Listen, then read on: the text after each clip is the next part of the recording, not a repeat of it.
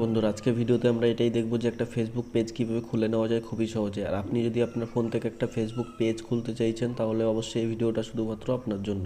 তো ভিডিওটা প্রথম থেকে শেষ পর্যন্ত দেখতে থাকুন। আর ভিডিওটা যদি একটুকু ভালো লেগে থাকে তাহলে অবশ্যই একটা লাইক করে চ্যানেলটা সাবস্ক্রাইব করে নেবেন। তো চলুন ভিডিওটা শুরু করা যাক। সবার প্রথমে ফেসবুক পেজ খুলতে গেলে আমাদের ফেসবুক ওপেন করে নিতে হবে। ফেসবুক ওপেন হয়ে যাওয়ার পর সবার উপরে ডান দিকে তিনটে লাইনে ক্লিক করতে হবে।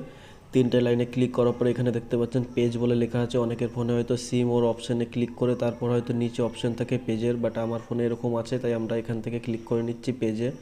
তো পেজে ক্লিক করার পর সবার উপরে দেখতে পাচ্ছেন এখানে লেখা আছে ক্রিয়েট। তো এখানটায় আমাদের ক্লিক করতে হবে। ক্রিয়েটে ক্লিক করার পর আমাদের সবার নিচে গেট স্টার্টে ক্লিক করতে হবে। তারপর এখানে পেজ নেম বলছে, এখানে আপনার পেজ কী নামে খুলবেন সেই নাম দিতে হবে। তো আমি ধরো যে কোনো একটা দেখানোর জন্য নাম দিয়ে দিচ্ছি, আপনারা আপনাদের মন মতো দিয়ে নেবেন। আমি একটা নাম দিয়ে দিচ্ছি রাহুল। রাহুল নাম দিয়ে নেক্সট করে দিলাম। নেক্সট করে দেবেন আপনারাও। তো এখানে নেক্সটে ক্লিক করার পর দেখুন এখানে বলছে হোয়াটস ক্যাটাগরি। তো আপনি যদি গেমিং ভিডিও করেন তাহলে গেমিং ক্যাটাগরি সিলেক্ট করতে হবে, এটাও দিতে পারেন। বা আপনি যদি টেক রিলেটেড ভিডিও বানান তাহলে টেক ক্যাটাগরি সিলেক্ট করতে হবে।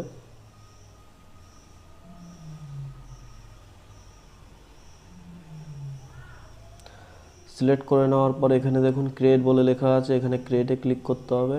অল্প একটু সময় নেবে, লোডিং নেবে, আমাদের একটু ওয়েট করতে হবে।